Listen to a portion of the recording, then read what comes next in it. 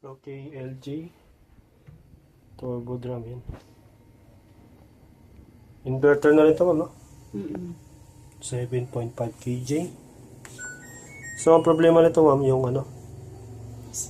spin. Spin tayo. Try natin spin.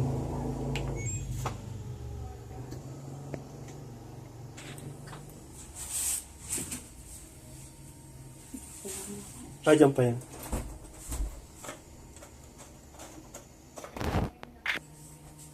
So yan, 9,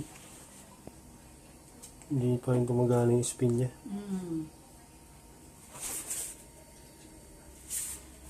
Tapos, spin at saka ano po ang problema? Spin lang eh. Alam ko, spin lang yan eh. May lumalabas daw kasi dito Baka nung nagalaw namin. Hindi talaga siya nag-spin. Ayan. OR? Alam ko, DE. DE. Tsaka OE daw eh. Ano ba yung OE? Ano po yung DE Drain. sa ano po yun? Drain. Yung OE sa ano po yun? Sa may sensor motor. Okay. Sa sensor. So level ng water naman okay naman. Ano ba? Level 1. Pag after ng level 1 niya, okay.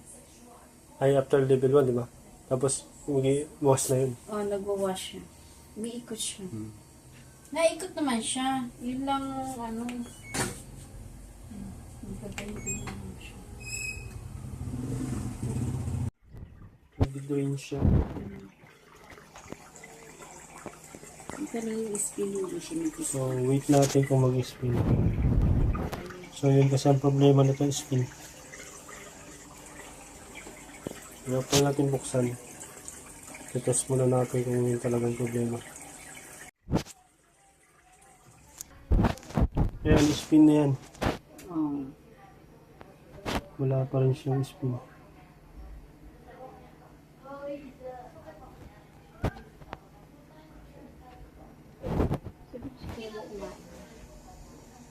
Kumain na daw kayo yan. Kumain na daw kayo mamaya.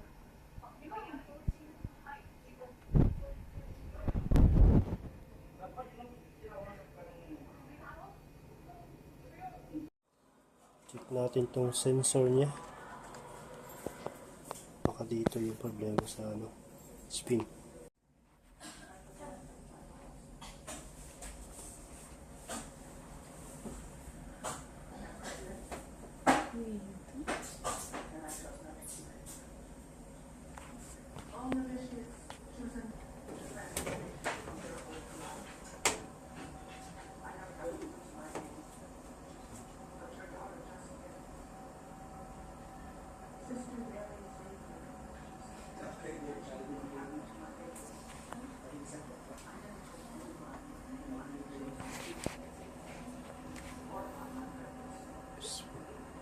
Problema yung sensor. Buti may ko. Paras lang man yan, ma'am, yung paras lang yung function yan.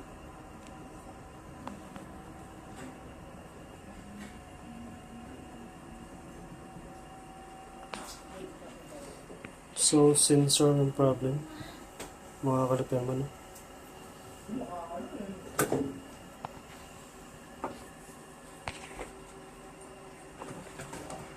So, naka-low tayo. And low speed.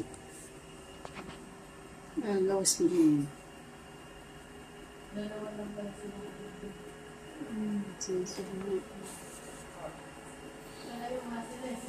Sensor. Ito kasi sensor.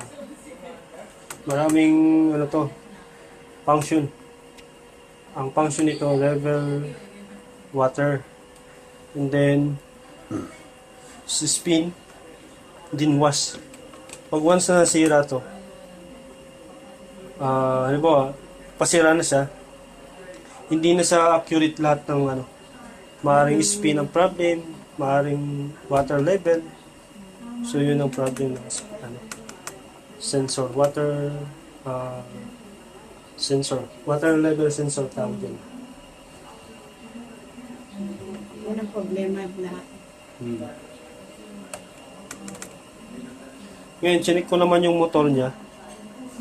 Kasi nagwawas naman eh. Ah, okay. So, hindi naman problema Yun nga yun. yung sa spin lang talaga ang problema. And then, chinik ko din yung ano, wala namang kinagat na mga wire.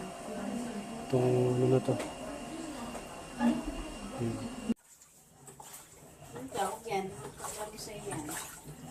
Ano yan?